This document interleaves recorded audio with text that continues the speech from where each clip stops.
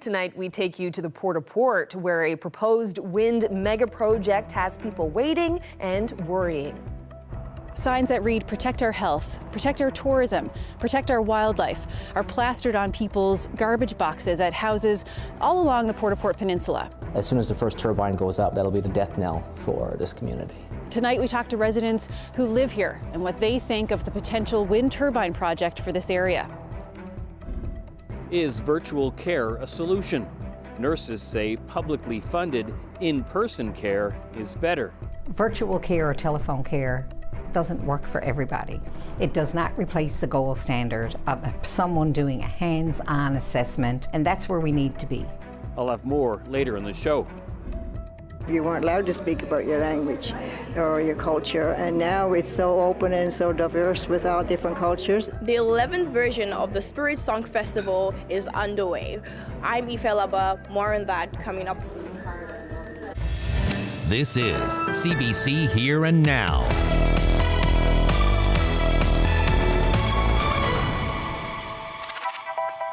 Good evening and welcome to Here and Now. The Nunavut government has pulled out of the Premier's Indigenous roundtable. The move makes it the second group to abandon the forum. Both Nunavut and the Innu Nation are upset the province is including Nunatuavut, arguing it's not a real Indigenous group. But not all groups feel the same way. Here and Now's Peter Cowan has more. The roundtable today was a chance for Indigenous leaders to get together with provincial leaders to talk about concerns, things like access to health care or the high cost of living in rural and remote Indigenous communities. But two of the largest Indigenous groups in this province boycotted today's meetings. In a statement this afternoon, the Nunavut government raised concerns about one of the groups that was invited, Nunatuavut. In a statement, it said, if the Premier is truly committed to reconciliation and to establishing an environment of collaboration with Indigenous peoples, then he will take our concerns seriously and reevaluate his decision to include a group that is falsely claiming indigeneity and making illegitimate land claims. They're upset that Nunatuavut and its leader Todd Russell were invited to the meetings. That group claims Inuit identity, and the federal government has signed a memorandum of understanding with the group, recognizing its Indigenous identity. The Innu Nation had already pulled out, expressing similar concerns. But the Halapu chief, who's also the regional chief for the Assembly of First Nations, says he doesn't share those concerns. You know, they've been around for a long time. They're a well-established organization, 6,000 members. And how can anybody, deny that situation and the longevity they've had so far? And, for me, I'm all about getting people together in the spirit of unity. The Innu Nation and Nunavut government have also expressed concerns about Lisa Dempster and her ability to be the Minister for Indigenous Reconciliation when she's also a member of Nunatuavut. But today, there were nothing but good things to say from Brendan Mitchell. We've never had an individual who's given us the support, the attention, and the consideration that Minister Dempster has. I'll be very disappointed if someday someone continues to say she should be removed, and I'll be mad at Premier Fuhrer if he does that also. She's doing such a great job, very supportive, always accessible. The Premier made it clear today that even though they're not at the table, he is still having discussions with the Nunavut government and Innu Nation. They're just happening one-on-one. Peter Cowan, CBC News, St. John's. Well, nurses are calling on the provincial government to protect publicly funded in-person care.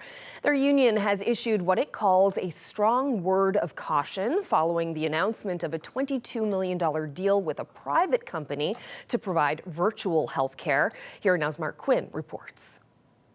Well, we all know that we have over 100,000 people in Newfoundland and Labrador who do not have access to a primary health care provider. So this is a stopgap measure. But that's not what the Deputy Minister of Health Transformation suggested when announcing the deal with Teladoc Health Canada yesterday. It is a better way of delivering care. It certainly, we're not talking about 100% virtual care, for sure that's not the case. But there is a role for virtual care in how we deliver services. I got to say I'm not happy to hear that. I was a part of the Health Accord NL task force, and I strongly opposed any privatisation of healthcare, as did other members of that task force. It only erodes our publicly funded healthcare system. Coffey says private companies based outside the province aren't accountable to Newfoundland and Labrador patients. The best care, the gold standard of care that people can get is from people under the publicly funded healthcare system, not people or companies who report to their shareholders, not to the people of Newfoundland and Labrador. Furthermore, Coffey says she has no doubt that in-person care is better than virtual care. Virtual care or telephone care doesn't work for everybody. It does not replace the gold standard of someone doing a hands-on assessment, looking someone, head to toe, theirself, talking to them. And that's where we need to be. Coffey says she sees parallels between teledoc and travel nurses. Both, she says, are expensive stopgap measures provided by private companies that should be phased out as soon as possible. Mark Quinn, CBC News, St. John's. The community group First Voice has been calling for police reform, but says it's surprised and skeptical over the province's police review. Here Now's Heather Gillis has more reaction to yesterday's announcement, including from a lawyer who helps people navigate the police complaints process. We're skeptical that it will achieve the ends that the minister has described. Justin Campbell is with the First Voice Urban Indigenous Coalition. Last year, the group gave government a report with 26 recommendations about improving policing. They want civilian oversight of police, better police governance, and a better complaints process. Campbell says they still haven't heard back from government and was surprised to see the Justice Department announce a policing review yesterday, because he says government didn't ask outside groups what a review should look like. We don't think the right way to revamp a system that's fundamentally broken is to create a committee of police officers, current or former police officers, to decide how to transform themselves. This process needs to be led by civilians. It needs to be led in a clear, transparent, and accountable way. Yesterday, Justice Minister John Hogan announced what he calls a police transformation working group, one that will evaluate the policing model and almost everything else. Hogan says they'll look at civilian oversight and the complaints process too. Meanwhile, lawyer Lim Moore says reform with the police is long overdue. In addition to changes with the police complaint process, she'd like to see service boards established that deal with everything from how many cruisers are ordered to how promotions are done in police forces. Beyond the rank of staff sergeant, if you want to get promoted, Cabinet has to approve it. If the RNC needs more vehicles, Cabinet has to approve that. Moore says politicians should be separated from the nitty-gritty of what police do and shouldn't be seen as directing them. When it comes to how complaints against police are dealt with, she says the chief decides if a charge is laid and adjudicates it too. She says that puts the chief in a conflict and isn't fair. She also says the process is difficult for people who do make complaints against the police. If I, as a member of the public, make a complaint, then I don't get to see anything. I go to a hearing and the chief's lawyer reads a summary of the investigation, and I am supposed to respond in a meaningful way after having heard a lot of information in a very short period of time. It's like stepping into a boxing ring with both hands tied behind your back. Moore is also disappointed there's no timeline attached to the review because she says it's not clear how long it will take. She says action and change is needed now, starting with the creation of a police services board. Heather Gillis, CBC News, St. John's. Well, now we take you to Bay de Verde, where thousands of farmed Atlantic salmon were harvested last night from sea cages in Placentia Bay. Each weighing between 8 to 12 pounds, the salmon are moving along a new processing line at the Quinlan Brothers plant. They'll be packed in ice and put on a truck for shipment to markets throughout North America. Today was the official launch of a new partnership between Norway's Grieg Seafood and the Quinlan Brothers. Grieg Seafood is harvesting its first generation of fish that were hatched at its facilities in Marystown and raised in cages in Placentia Bay, and then processed here by the Quinlan Brothers. It's a new $16 million operation with 2 shifts of 50 people, a blend of locals and temporary foreign workers. Today is a day many months in the making, and indeed many years for our Grieg partners. The first generation was farmed with good growth, good fish health and welfare, and we had no sea lice issue. The feedback from our customers has been favorable, I will say fantastic. Now, our Terry Roberts was in Bay de Verde today for a tour of the new salmon processing line. He'll take us inside tomorrow on Here and Now.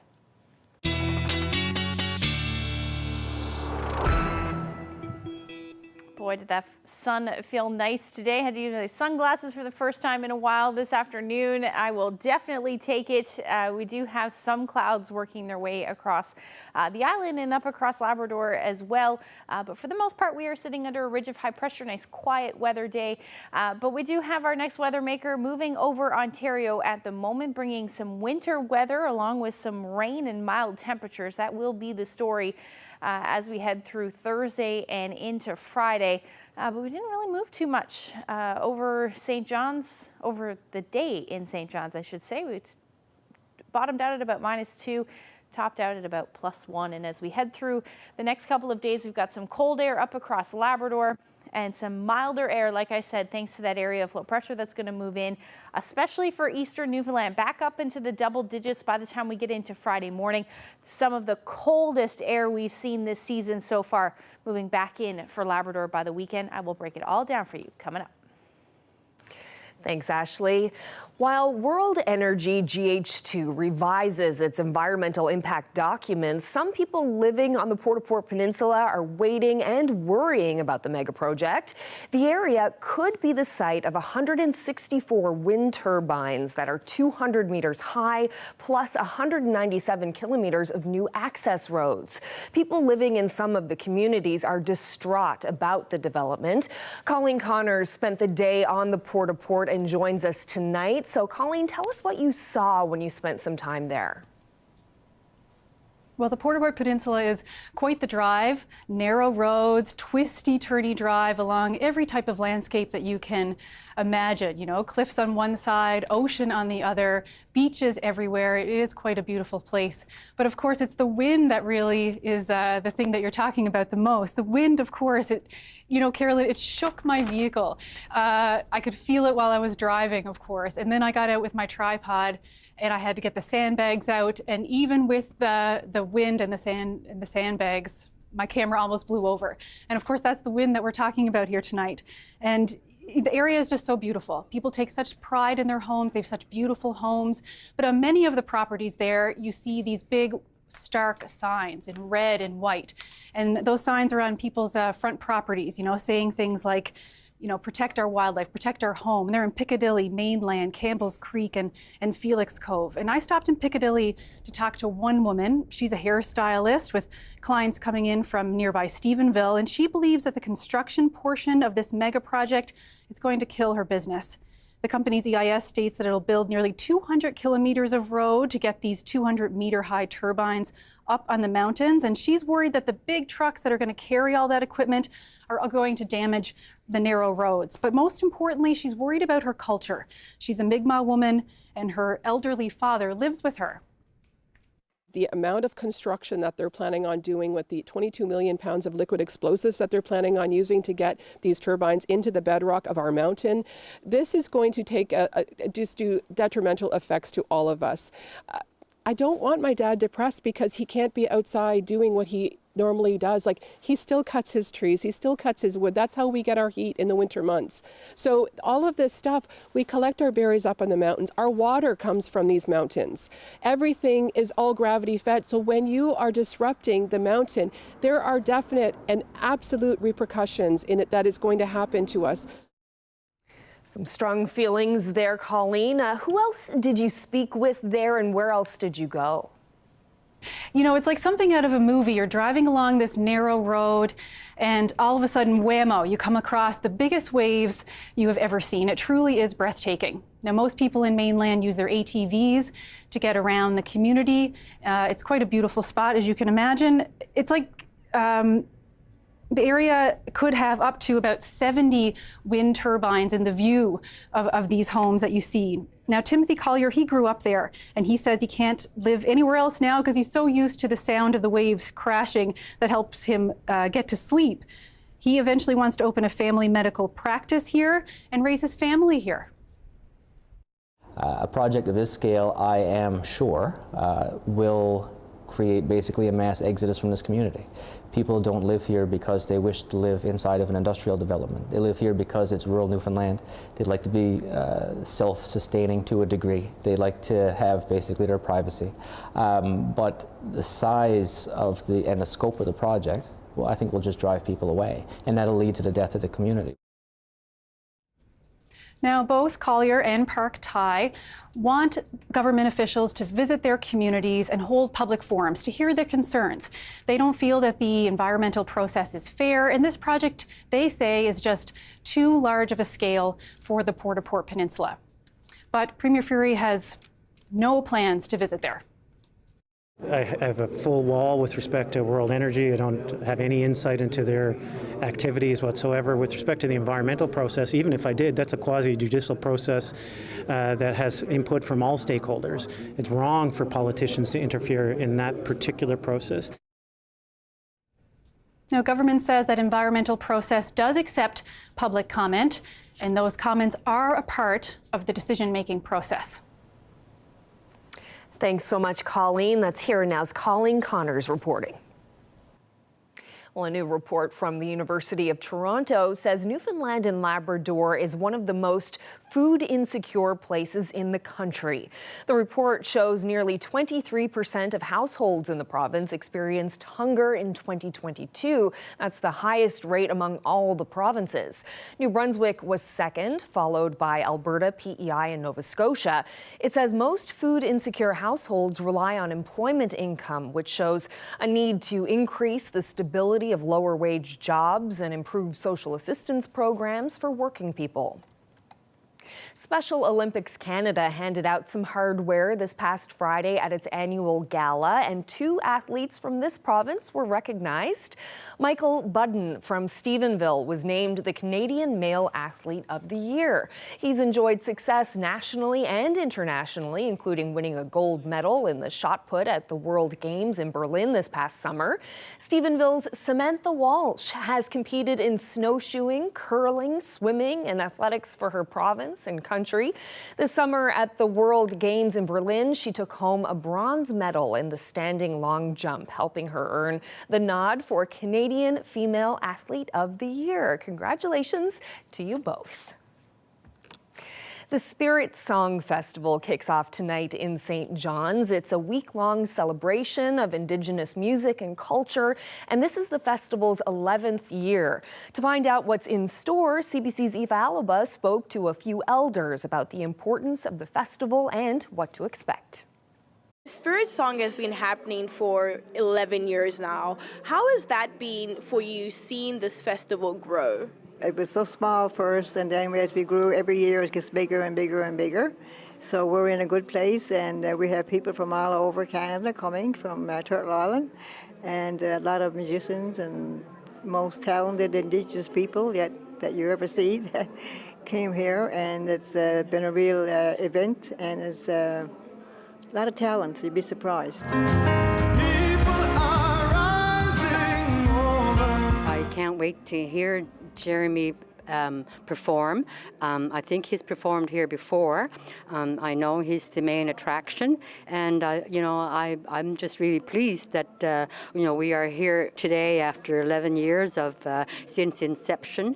We've grown from 5 local artists to 68 now, I think, is what we're having this year. So there's been a lot of growth. So why is this festival so important? For me, it's really important because it's a celebration of Indigenous people all across Canada, and everybody's just coming together. Sis Nogama, all our relations, just celebration. And tonight is going to be a celebration mostly of our own communities coming together, so in our local community. So that's going to be really awesome. And throughout the festival is going to be like a celebration of contemporary and traditional celebration of our Indigenous peoples, which is awesome. So it took us a long time to get to where we're to, but being an elder, I'm seeing how wonderful it is now to change in the artists and the artisans coming together, showcasing just who we are. So that means a lot to me as an elder. to see it, like, and to be present, to be able to enjoy it with everybody. As an elder, how important is it to make sure that the younger generation understand their culture, and especially through this festival? As an elder, I think our youth is our today and our future. I think we need to get them involved in things like this to learn more about the culture, because it sort of went to the wayside with residential school and the 60 scoop and all that. So I think like a lot of the culture was lost, and I think through Spirit Song, I think it's all coming back, and our youth is really involved in Spirit Song. So I think this is a tribute to our youth to be able to have something like this, to get back into their culture and learn their culture and be who they are and who they want to be, and not be ashamed of their culture, because one time was unheard of. You weren't allowed to speak about your language or your culture, and now it's so open and so diverse with all different cultures. It's amazing. So I think the youth is to be the centerfold for all this. So we have about a 300-meter drop here, so that means there's a lot of energy in that water. Just ahead, we take a tour of one of Canada's most powerful hydroelectric projects, from great heights to deep underground. Well, high pressure will dominate the weather picture tomorrow, but we do have our next weather maker on the horizon. We'll talk about the risk of some freezing rain in some areas when I come back.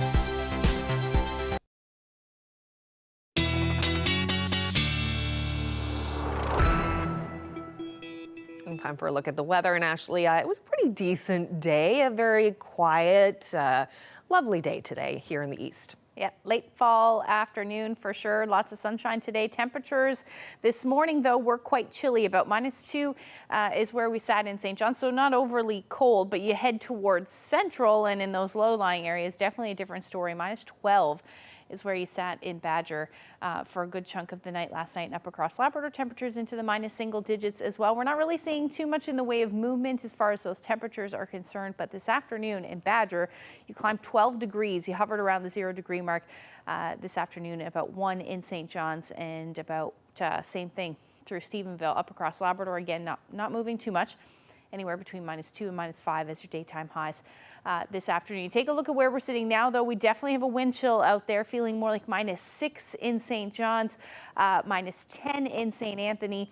And if you look towards Lab City even, you're feeling more like -13. And as we head through the night tonight with the wind chill values, expecting them to drop into the -teens for most of Labrador, into about -21. I'll just step out of the way there for you for Lab City overnight tonight. And as you're walking out the door tomorrow morning, you're certainly going to want to bundle up because those wind chills will be into the minus double digits for parts of the island as well. Now, as far as tonight is concerned, we're looking at our overnight lows anywhere from about -1 in the east to about -6 or -7 across the island. Different story up across Labrador into the -teens, but towards the coast you're still looking at -single digits. Overall, winds will be light, except we're still hanging on to those northerlies, especially along the northeast coast, which could be upwards of about 30 kilometers per hour, hence that wind chill tonight. Still looking at the chance of some onshore flurries, especially towards the west coast, southwestern portion of the island, as well as some isolated flurries through central and even the Avalon as well. Not expecting any accumulation, but the chance of a few flurries certainly there tonight. Labrador, quiet and cold, like I said, however, staying cloudy for those of you in Lab West. Now, as far as the future tracker is concerned, as we head into tomorrow, it does look like we'll see a few flurries work their way from western portions of Labrador towards central Labrador as we head into the afternoon. Otherwise, clouds for you will be on the increase, especially as you head towards the coast. Still lots of sunshine, though, to start the day. The island, similar forecast. The western portion of the island will stay clear tomorrow, but you will see those clouds on the increase. Some sun, hopefully before the sun goes down in central areas of the island, but we should stay in the cloud cover, lingering across the Avalon tomorrow as we stay into that onshore flow. And that also means that onshore flow also means that we're going to see the potential for a few flurries in the mix as well. That will continue through the night, and those flurries will hang around for those of you across coastal areas of Labrador as well. Temperatures tomorrow will hover around the 0-degree mark. You're looking at northerly winds anywhere from about 20 to 40 kilometers per hour. That's a similar story through areas through central. And then I'll just zoom out a little bit here so you can see. So as we head towards the west coast, those winds will be generally light and hovering anywhere from about 0 to about -2 through the day. Now, up across the big land, generally looking at -single digits. This is right around where you should be sitting, but those winds will be a bit brisk out of the south, around 30 to 50 kilometers per hour. So like I said, we're looking at our next weather maker moving in as we head into Thursday. So that snow will linger for Lab West. Most of you will see snow through the day on Thursday. And then as this area of low pressure moves in, there's a risk we could see some freezing rain. Now, that's the pink you see there on your screen. There's still a little bit of disagreement, but that risk is certainly there. And if we take a look at the freezing rain potential through Thursday and into Friday morning, this mainly towards the west coast, but we'll break a little bit more of that down for you when I come back in a little bit for the long range forecast. Thanks, Ashley. Well, Churchill Falls is the second most powerful hydroelectric complex in the country. It's also very isolated. While the province and Quebec are negotiating its future, CBC Radio Canada got a rare glimpse inside the vast underground facility, including venturing 300 meters deep to bring you on this tour. My name is Walter Parsons. I'm with Newfoundland and Labrador Hydro. I'm the Vice President for Transmission and Business Development. We are standing under the high voltage transmission lines between the Churchill Falls plant and the Newfoundland and Labrador and Quebec border. Just behind me would be the 3 high voltage lines that go towards Quebec. And behind you, you can see the Churchill Falls switchyard, where the electricity from the plant is brought up to high voltage to send to Quebec and to send to customers in Newfoundland and Labrador as well. Churchill Falls is not a single dam. Churchill Falls is built around a reservoir, the Smallwood Reservoir, which has a series of about 88 dikes, which are constructed all around the reservoir system, which help direct the water towards the plant. The drainage area for the Smallwood Reservoir is approximately the size of the province of New Brunswick. And the actual reservoir itself, the water surface, is the size of Prince Edward Island. So it's a massive reservoir, one of the biggest in the world.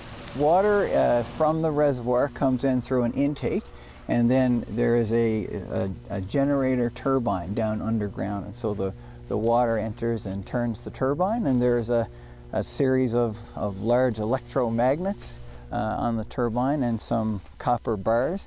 And so when you move a magnet, rotate a magnet around next to some copper bars, you induce a current. So we turn that mechanical energy from the water into electrical energy. The reason that Churchill Falls was so attractive originally, and still is, as a hydroelectric site, has to do with the amount of water and what we call the head, which is the drop from where the water is brought in and where the turbines themselves are. So we have about a 300-meter drop here. So in a very short distance between the reservoir and the Churchill River, we have a very big drop. So that means there's a lot of energy in that water. And so that's why we're able to generate 5,400 megawatts from the water here. So Churchill Falls is the second biggest hydroelectric plant in Canada, just behind Robert Bourassa plant, which is its sister plant in Quebec. So it is quite a huge facility, even on a worldwide scale. Put it in perspective, Muskrat Falls is 824 megawatts and Churchill is 5,428. So we produce about 25% of the electricity used in Newfoundland and Labrador. And we also produce about 15% of the power used in Quebec. So at this one facility, we're producing a significant amount of energy for 2 provinces. Deliver shock now. Press the orange button now. Shock delivered. Begin CPR. It was a combination of an AED and CPR that saved the life of a 42-year-old man who had a heart attack in a hockey rink last week. Coming up, we'll speak with instructor Paul Westcott here at St. John Ambulance to find out what you should do if you ever find yourself in that life or death situation.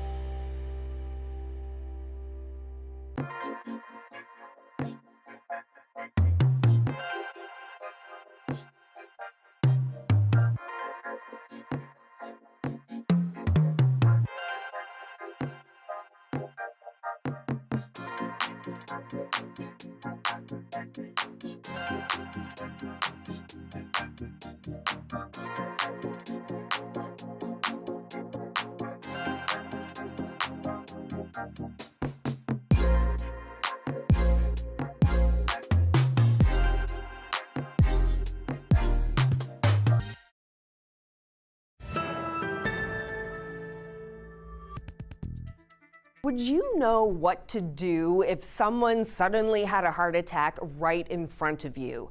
Last week, we told you about a 42-year-old father of 4 who had a heart attack while playing hockey. He says he wouldn't be alive today if it weren't for his fast-acting friends who performed CPR and jolted him with an AED, which was a device that was available there at the rink. So it was the combination of the life-saving skills and the right equipment that saved his life. And we're here today at St. John Ambulance to learn what you should do should you ever find yourself in a similar life or death situation. Joining me now is instructor Paul Westcott. So first of all, before we get hands-on into this, how do you know when someone is having a heart attack? Very good question. The person may present with shortness of breath.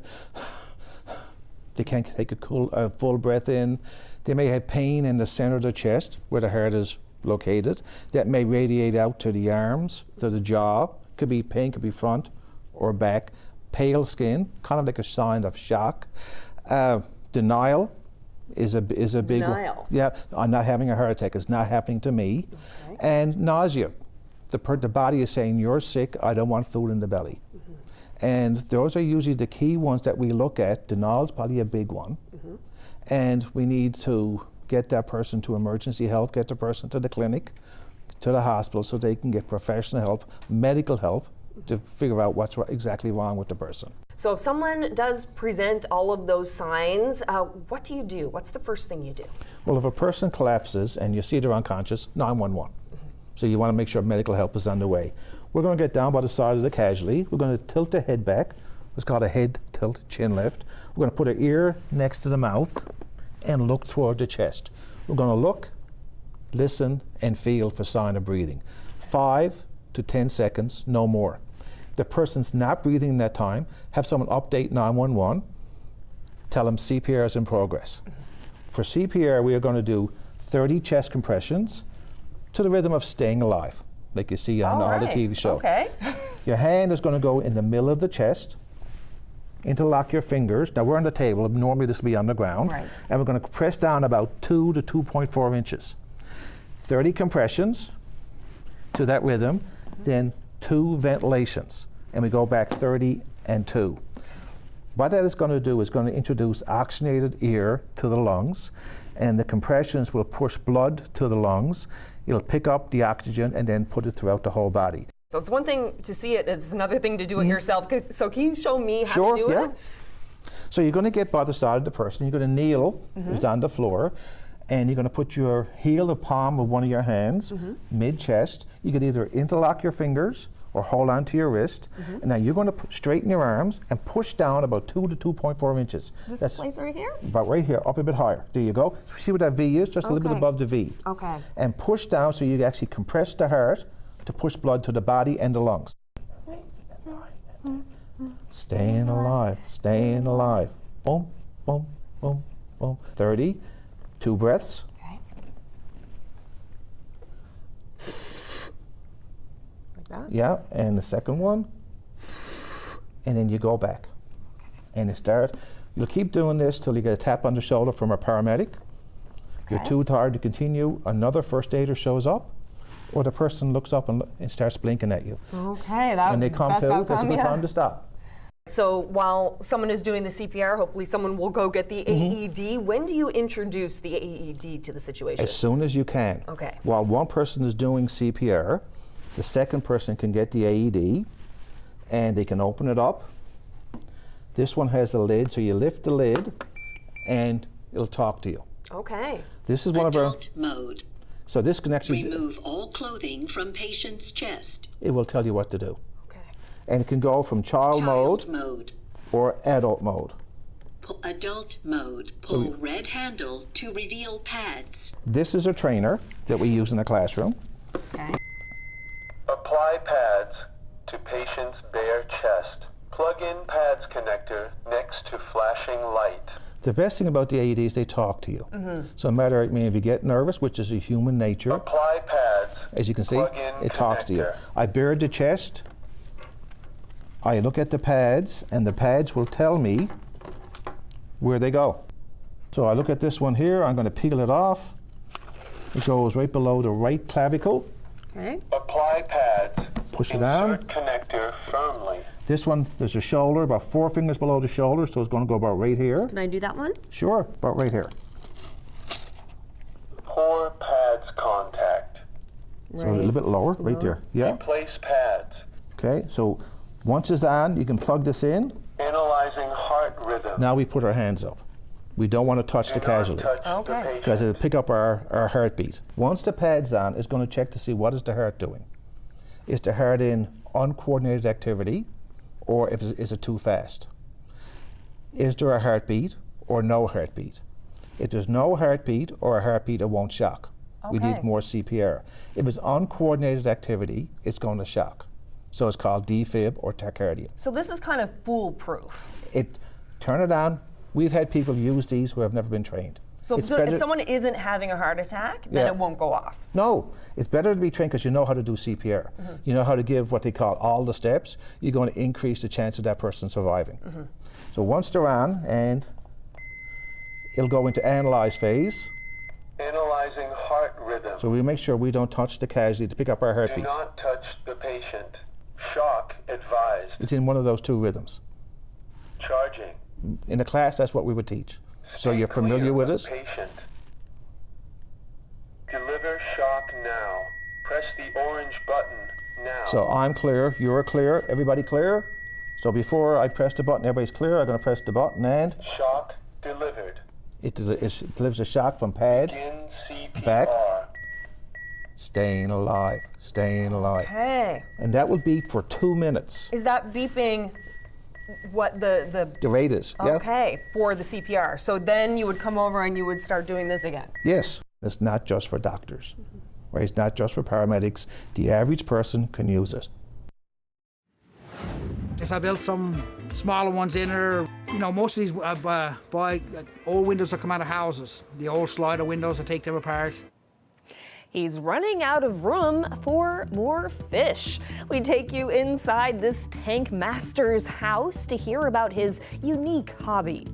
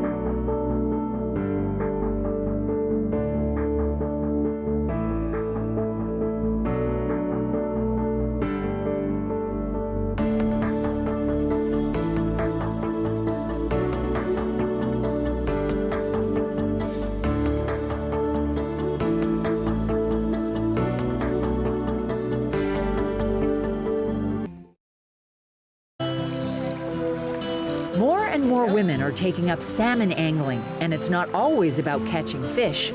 Watch Seeking Salmon and Serenity, Sunday at 11:30 and Monday at 7.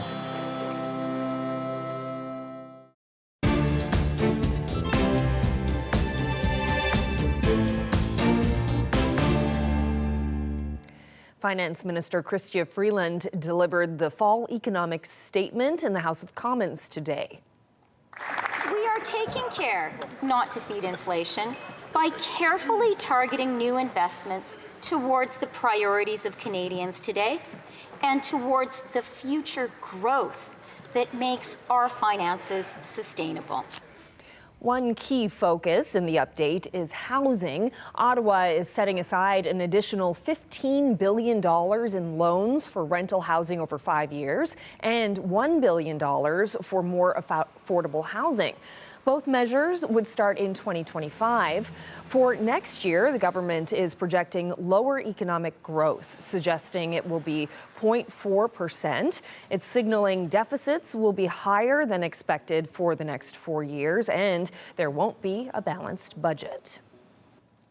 Staying with housing, small wooden structures have been popping up at a homeless encampment in one BC community. Volunteers say with winter weather setting in, there's no time to waste, but they're hitting roadblocks. The CBC's Kate Partridge explains. Volunteers are working in snow and gusting winds to finish up shelters for residents of Prince George's Moccasin Flats encampment. Brad Gustafson is a volunteer and a contractor by trade. He's designed the shelters, tall enough to stand in and small enough to heat. They're 8 feet wide by 8 feet deep, or 8 feet long, with a slight slope to it, and with a tin roof. And they just are big enough for 2 people to have a bed in. Mayor Simon Yu campaigned on building emergency shelters for the unhoused. He told CBC News it's been harder than he thought. The problem on the street, that for the scale of it, we haven't enough facing that as a society together for a long time. And then last week, the city of Prince George issued notices saying building and occupying these structures is illegal. Nikita Tiji has spent winters in a tent before. This year, she's in one of these tiny homes with her partner. It's better. It's a lot better than a tent, for sure. People are going to freeze out here, man. Like, they should be getting us lumber and stuff. The city told CBC News there are no plans to enforce the orders, and volunteers say they aren't stopping. Gustafson says there is still a wait list of about 60 people hoping for shelter this winter. Kate Partridge, CBC News, Prince George.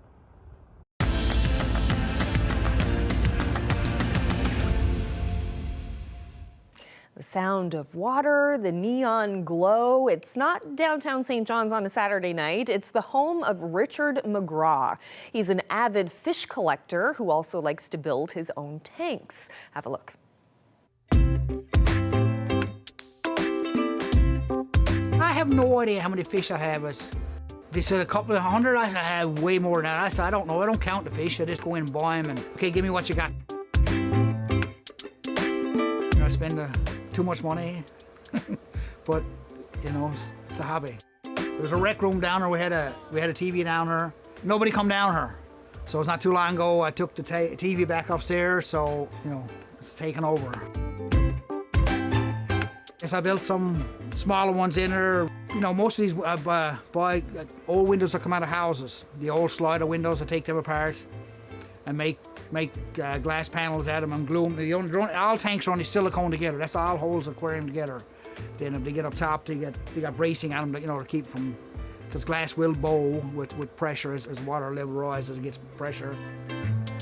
So I got I don't know, I'm after building 4 or 5, I suppose, of smaller versions, just 30 gallons, 20 gallons, stuff like that. I got lots of glass there. But I can build them, but I got nowhere to put them. The young fella, his room is still here.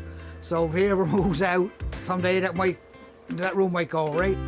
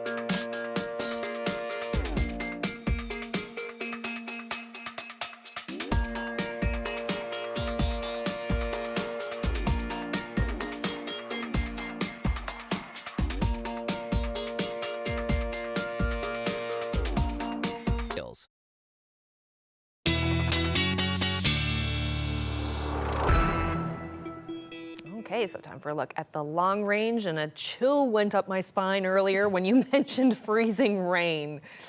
Yeah, the potential's certainly there. There's a few things to iron out as we head through the weekend. It really all depends on the temperatures, or as we head through the weekend, as we head through the next couple of days. Let's take a look at what's going on for your Wednesday evening into Thursday. So that's when we're going to see it start to move in. Now we've got some colder air out ahead of it, which is why we may see some freezing rain in the afternoon hours on Thursday. This may even start as snow depending on how cold the temperatures are. But again, there is a bit of disagreement. So definitely nail down the forecast for tomorrow. But if you do have any travel plans, especially for the west coast and southwest coast of the island and along the south coast, really, you're definitely going to want to pay attention to the forecast on Thursday. As far as Labrador is concerned, this will be a mainly snow event for you on Thursday. But there's those temperatures. So like I was saying, hovering around 0 or even -1, that's where we're looking at the risk of some freezing rain through the day on Thursday. But then temperatures quickly warm up behind that warm front. So we're looking at Thursday only about 1 or 2 degrees, but still above 0, so that should fall as rain. And across Labrador, you're looking at anywhere from 0, maybe +1, but a few degrees below 0 as well. Now, as we head into Thursday evening and then eventually Friday, this is when the big warm up will come for at least eastern areas of the island. And then eventually through central, that will transition through to rain. And then maybe even the southeastern portion of Labrador, you may see a transition through to rain in the afternoon on Friday, depending on the eventual track of this system. But a lot less windy than it was on the weekend. Still going to see some gusty winds, but significantly less wind than the weekend. And then for coastal areas of Labrador, Friday evening and into Saturday morning, you're still looking at that potential for some snow and potentially even some blowing snow associated with that as well. Temperatures will generally stay around 0, maybe a few degrees below, start to drop dramatically for the west. But there's that warm up I was talking about, between 10 to 11 degrees as your daytime highs. Now, through the overnight into early Friday morning, we may see the temperatures bump up a little bit more than that, maybe 7 or 8 degrees for the west coast. But again, we'll definitely iron that out. But overall, it'll be a fairly quick change in temperatures, because look at that. By Saturday and Sunday, we're back down to 1 degree. And your overnight lows back into the minus single digits as well. Now for central Labrador, you're looking at down to -2 for your Saturday. Quiet weather though through the weekend. It looks like at this point you're going to hang around. The flurries will hang around for western Newfoundland between -1 and -3 through the day. And then for eastern Labrador, you're looking at flurries or light snow right through Saturday. Again towards the coast, likely some blowing snow. Sunday, some sunshine. And western Labrador will see your temperatures dipping into the minus double digits. Our photo today, just a calm but cloudy day in Glovertown. Thank you so much for that shot there, Howard. Appreciate that. If you have any weather photos that you would like to share with us, we'd love to see them. You can send them to my Facebook page, or you can email them to nlphotos@cbc.ca. Oh, that is a great shot. Thank you so much for that, Howard. Yeah, so double-digit temperatures, a little bit of a roller coaster. A little roller coaster. Kind of like last week. That's right. Yeah. This is the time of year that we start to see that. We start talking about the potential for freezing rain, ice pellets, snow, all the fun stuff in the forecast. Fun indeed. All right, well, that is it for us. Thank you so much for spending part of your evening with us. Good night.